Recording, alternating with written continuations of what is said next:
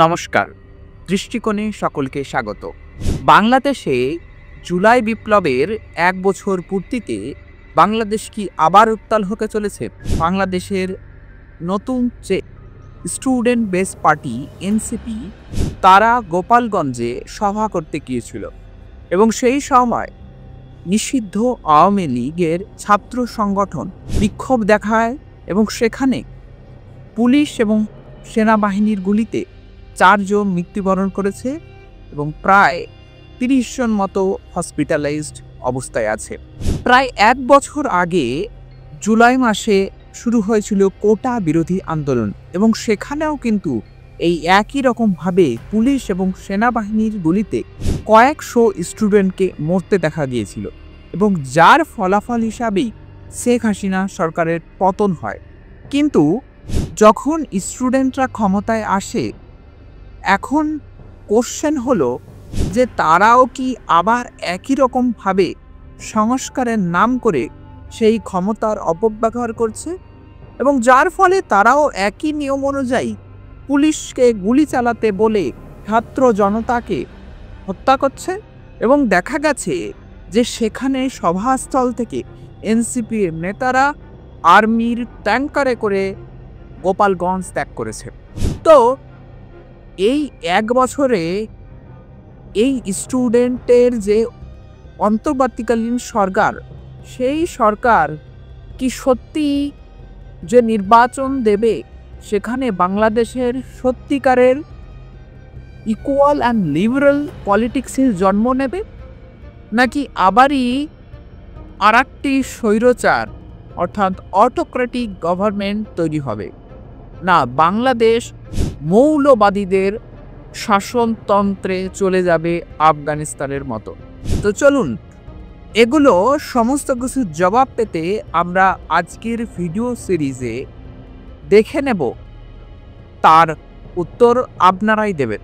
কিন্তু তার আগে আমরা প্রথম সিরিজ অব দ্য ভিডিওতে আমরা জানব যে শেখ হাসিনার পতন কেন হয়েছিল। তার দুটি কারণ থাকতে পারে বলে আমার মনে হয়েছে। ফার্স্ট, একটি আপেক্ষিক কারণ, মানে যেগুলো আমরা সবাই দেখতে পাচ্ছি, আর আরেকটি হচ্ছে পেছনের কারণ, যেটা কিনা একটা ষড়যন্ত্র করে শেখ হাসিনার গভর্নমেন্টের পতন করা হয়েছিল। সত্যিই কি ষড়যন্ত্র? চলুন আমরা প্রথমেই এই বিষয়ে অ্যানালিসিস করব।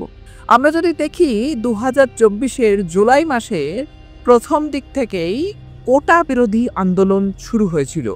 কোটা বিরোধী আন্দোলন কি না, শেখ হাসিনা গভর্নমেন্ট 30% কোটা রেখে দিয়েছিল মুক্তিযোদ্ধা কোটা হিসাবে। মানে মুক্তিযোদ্ধা কারা?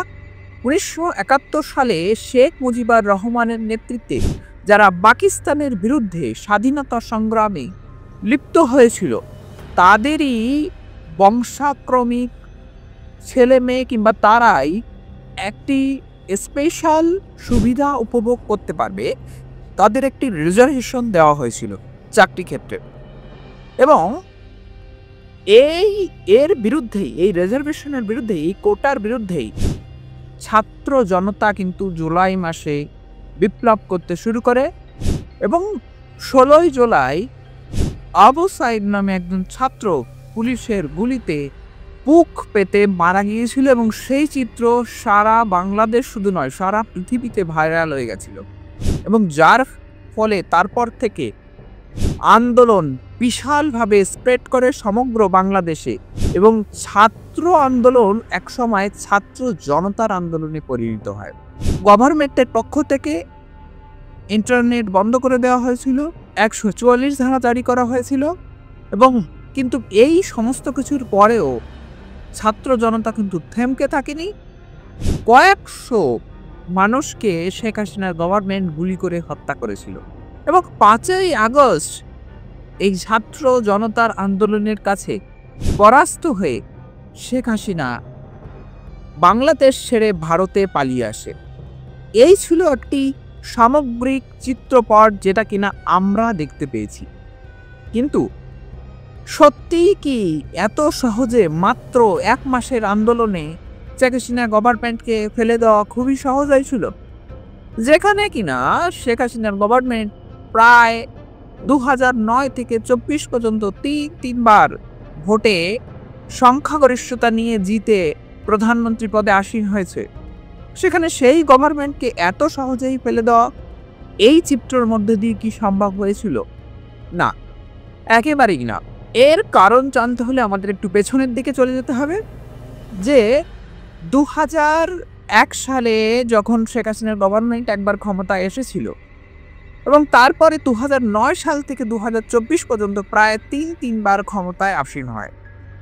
কিন্তু এই বারংবার ক্ষমতায় থাকতে সেখানে একটি মানুষের মনের মধ্যে একটি অ্যান্টি গভর্নমেন্ট থটস অলরেডি বপন হচ্ছিল এবং এছাড়া কয়েকটি জিনিস যেগুলো এই আন্দোলনকে, এই বীজ বপনকে আরও গুরুত্ব করে ফুলে ফেঁপে তুলেছে, তার মধ্যে অন্যতম একটি কারণ হলো জামাতি ইসলামী, একটি দল, যে দলকে শেখ হাসিনার গভর্নমেন্ট 2013 সালে নিষিদ্ধ ঘোষণা করেছিল এবং প্রধান বিরোধী দল বিএনপি তাকে নিষিদ্ধ ঘোষণা না করলেও সেই বিএনপি কিন্তু বছরের পর বছরের নির্বাচনে তাদেরকে অ্যাবস্টেন করেছে, অর্থাৎ নির্বাচনে অংশগ্রহণ করেনি।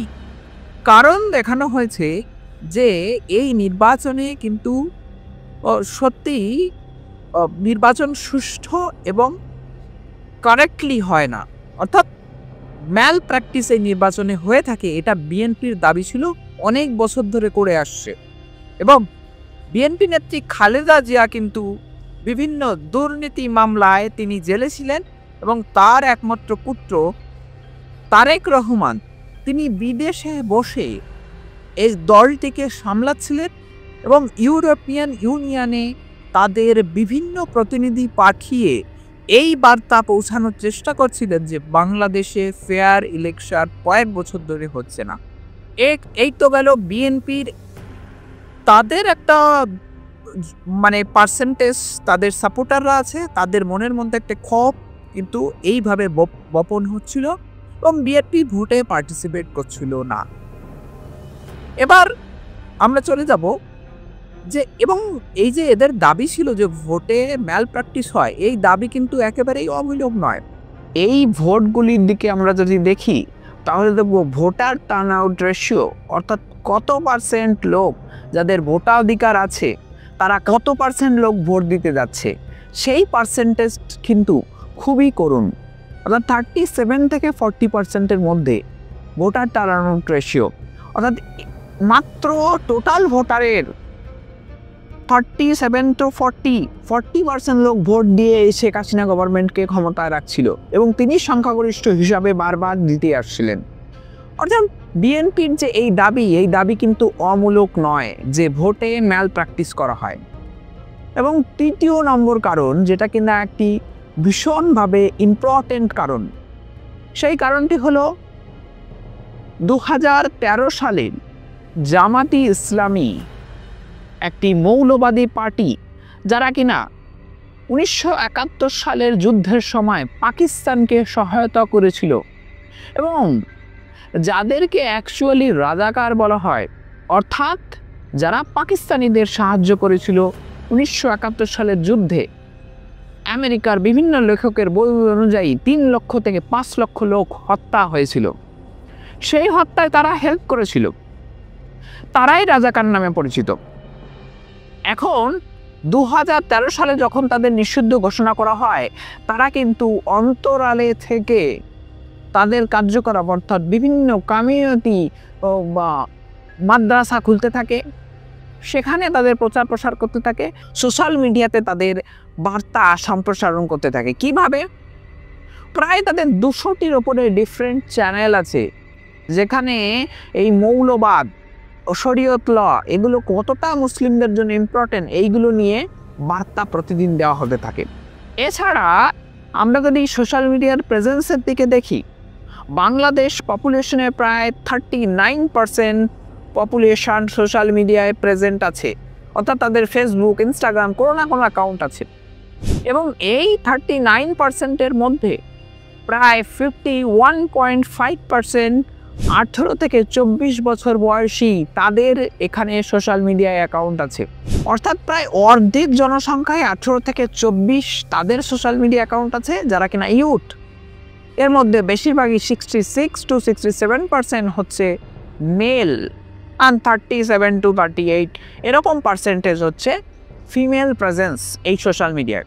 এবং ইন্টারেস্টিং ফ্যাক্ট হলো এদের আবার 80 to 84% তাদের প্রধান সোর্স, নিউজ সোর্স হলো এই সোশ্যাল মিডিয়া প্ল্যাটফর্ম। এবং শুধু তাই নয়, এর মধ্যে আর একটা ইন্টারেস্টিং ফ্যাক্ট হলো যে 66% নিউজই ফেক এই সোশ্যাল মিডিয়ার। একটি সার্ভের ডেটা অনুযায়ী এটা দেখা যাচ্ছে। অর্থাৎ জামায়াতে ইসলামী তারা তাদের সোশ্যাল মিডিয়ায় মারফতে তারা তাদের বার্তা এই ইউথদেরকে মোটিভেট করতে পারলো এবং একটি অ্যান্টি গভর্নমেন্ট আন্দোলন অন্তরালে কিন্তু চলতে থাকলো, ক্ষোভ। এবং সেই ক্ষোভের বহিঃপ্রকাশ নিল জুলাই আন্দোলনের সময়। এবং আর একটি ইম্পর্টেন্ট কারণ যেটা হাইপোথেটিক্যাল, তার জন্য কোনো রকমভাবে কোনো স্ট্রং প্রুফ কিন্তু কারোর কাছে নেই, সেটি হলো আমেরিকার হাত।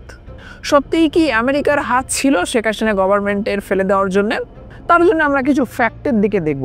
2021 সালে র্যাব অর্থাৎ র্যাপিড অ্যাকশন ব্যাটালিয়ন ফোর্সকে, এটি একটি বাংলাদেশের গুরুত্বপূর্ণ পুলিশ বাহিনী, এবং তাকে কিন্তু আমেরিকা তাদেরকে কন্ডেম করে এবং তাদের কার্যকলাপ তাদেরকে নিষিদ্ধ ঘোষণা করে আমেরিকাতে, যে তাদের কার্যকলাপ ঠিক নয়, তারা সহজ সাধারণ মানুষদেরকেও হত্যা করেছে।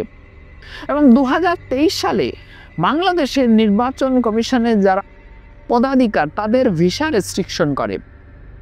অর্থাৎ এই যে বিএনপি বারবার ভোটে পার্টিসিপেট করছিল না, তারা নিজেদেরকে অ্যাবস্টেন করছিল, এই বার্তায় শিলমোহর দিয়ে আমেরিকা কিন্তু মেনে নিলেও শেখ হাসিনাকে বারবার তাদের মনের মধ্যে একটি ক্ষোভ ছিল এবং তারা চাইছিল যে ফেয়ার ইলেকশন হোক।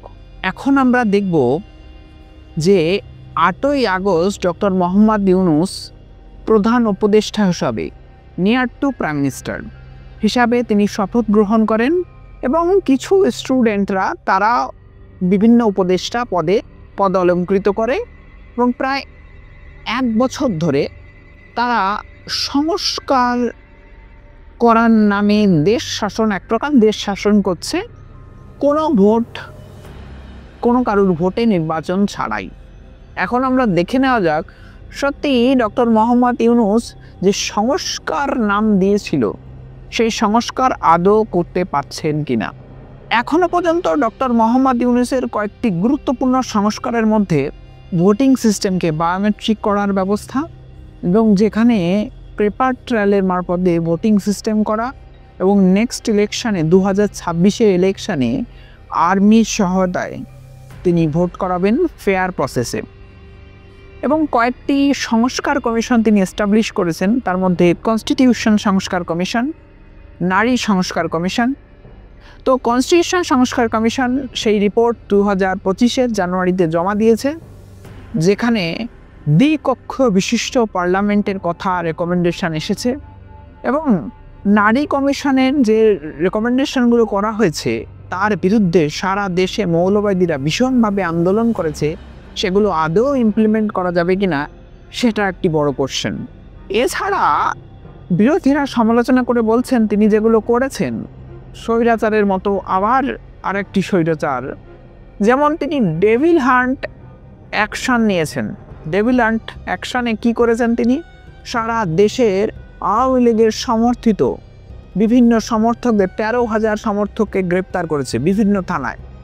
শুধু তাই নয়, আওয়ামী লীগকে নিষিদ্ধ ঘোষণা করা হয়েছে। আওয়ামী লীগ স্বাধীনতার সময়ে সবচেয়ে বড় ভূমিকা গ্রহণ করেছে। সেই প্রধান ক্ষমতাসীন পার্টি শেখ হাসিনা ভারতবর্ষে পালিয়ে আসার পর সেই আওয়ামী লীগকে নিষিদ্ধ করা, আদৌ তিনি কতটা ফেয়ার ইলেকশন চান এটা কিন্তু সবচেয়ে কোশ্চেনের ব্যাপার। যেমন 1977 সালে ভারতবর্ষে ইন্দিরা গান্ধী এমার্জেন্সি দিয়েছিল। সেই এমার্জেন্সির ফলে যখন ইলেকশন হয় সেই ইলেকশনে কিন্তু কংগ্রেস পার্টিকে নিষিদ্ধ ঘোষণা করা হয়নি, সেই ইলেকশনে এমনিই কংগ্রেস পার্টি ক্ষমতা থেকে চলে গেছিল। কিন্তু বাংলাদেশের ক্ষেত্রে ডক্টর মোহাম্মদ ইউনূস তিনি ঠিক করছেন যে আওয়ামী লীগকে তাকে ভোটে পার্টিসিপেট করতে দেওয়া হবে না। এক্ষেত্রে আমার মনে হয় মানুষের হাতে সুযোগ দিলে বেশি পরিমাণে ভালো হতো। মানুষ সিদ্ধান্ত নিতেন যে আওয়ামী লীগ এত অত্যাচার করছে, তাকে ক্ষমতায় আনা হবে কি আনা হবে না। ফেয়ার ইলেকশন করিয়ে আওয়ামী লীগকে সুযোগ দেওয়া যেত। সেটা না কারণেও আওয়ামী লীগকে ভোটে পার্টিসিপেট না করতে দেওয়া, সেটাও কিন্তু আর একটা একনায়কতন্ত্র আমরা বলতে পারি। এবং শুধু তাই নয়, সমস্ত মন্ত্রীদের, বিভিন্ন আওয়ামী লীগের সময় যারা মন্ত্রী ছিল তাদেরকে জেলে বন্দি করে রেখেছে। এখনো পর্যন্ত ইতিহাসে দেখা যায়নি যে কোথাও কোনো একটি মন্ত্রী পরিষদকে পুরোপুরি কোনো সিদ্ধান্ত এমার্জেন্সি দেওয়ার ফলে ইন্দিরা গান্ধীকে কখনো জেলে যেতে হয়নি। সে তার ল অ্যান্ড অর্ডার রক্ষাতে অ্যাজ এ প্রাইম মিনিস্টার তিনি ডিসিশন নিয়েছেন। তো as a prime minister Sheikh Hasina decision নিয়েছেন, তিনি তার ব্যক্তিগত ডিসিশন নেয়নি। তাই আমি মনে করি এখানে একটি পার্টিকে নিষিদ্ধ করা কোনো রকমভাবেই জাস্টিফায়েবল এবং রেশনাল নয়।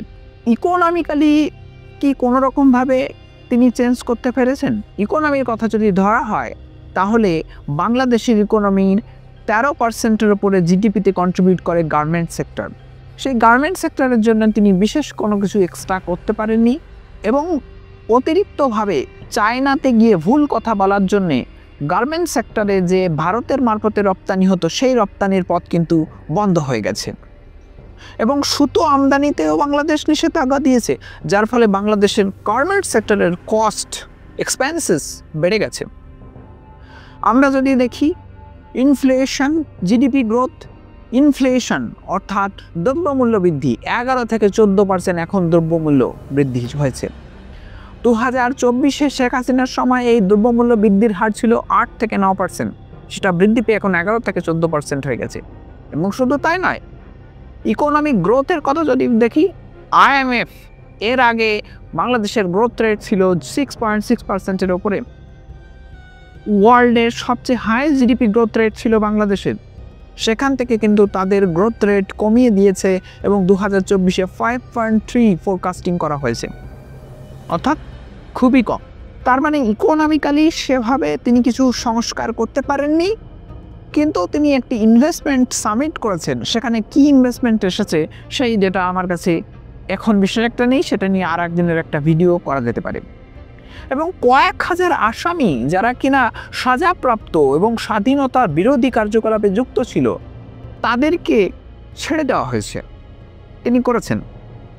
খালেদা জিয়াকে মুক্তি দেওয়া হয়েছে। খালেদা জিয়া বিএনপি নেত্রী, তিনি কিনা করাপশন এবং বিভিন্ন হত্যা মামলায় জেলে ছিলেন, তাকে ছেড়ে দেওয়া হয়েছে। এরপর আমরা যদি দেখি সেভাবে ইকোনমিক্যাল গ্রোথের দিক থেকে বিশেষ কিছু করেছে বলে ডেটা অনুযায়ী সেটা বলছে না। রেমিটেন্স এবং ডলার রিজার্ভ কন্টিনিউয়াস সেমই আছে, সেখানে ওনার কোনো হাত থাকতে পারে না। রেমিটেন্স তো বিদেশে যারা বাংলাদেশিরা আছে তারা পাঠাচ্ছে, সেখানে কোনো ডক্টর মোহাম্মদ ইউনূসের হাত থাকতে পারে না। আমরা যদি দেখি এখন ভবিষ্যতে বাংলাদেশের রাজনীতি কি হতে যাচ্ছে, ভবিষ্যতে বাংলাদেশের রাজনীতি এখানে আওয়ামী লীগকে নিষিদ্ধ করার ফলে এখন প্রধান রাজনৈতিক দল হিসাবে বিএনপিকে দেখা যাচ্ছে এবং 2026-এর ইলেকশনে আমরা পরবর্তীতে এই নিয়ে আরও বিশদে অ্যানালিসিস করব। কিন্তু এখনও যেটুকু বোঝা যাচ্ছে যে আওয়ামী লীগের সমর্থিত লোকজন তারা বিএনপিকেই আঁকড়ে ধরে বাঁচার চেষ্টা করবে এবং এনসিপি নতুন একটি পার্টি, তারা সেভাবে সাধারণ জনগণের মধ্যে এত তাড়াতাড়ি ইম্প্যাক্ট রাখতে পারবে না। কিন্তু যতদিন নির্বাচন ডিলে হবে তাদের ভোট পার্সেন্টেজ কিন্তু বাড়তে থাকবে।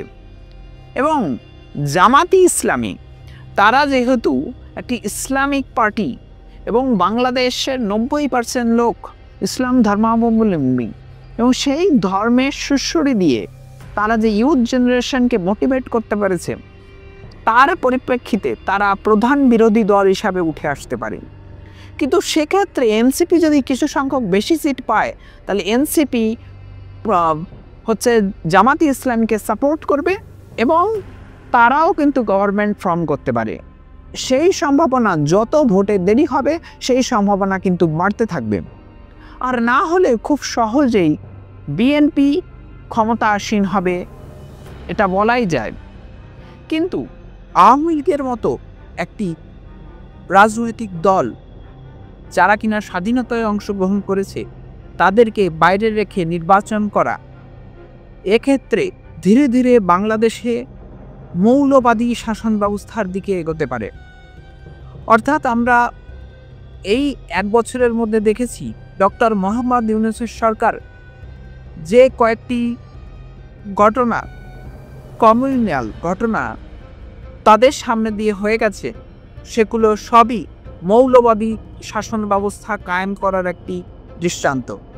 যেমন আমরা প্রথমেই দেখেছি ফেব্রুয়ারি মাসে শেখ মুজিবের 32 নম্বর ধানমন্ডির বাড়িটি জ্বালিয়ে দেওয়া হয় এবং ভেঙে দেওয়া হয় বুলডোজার দিয়ে।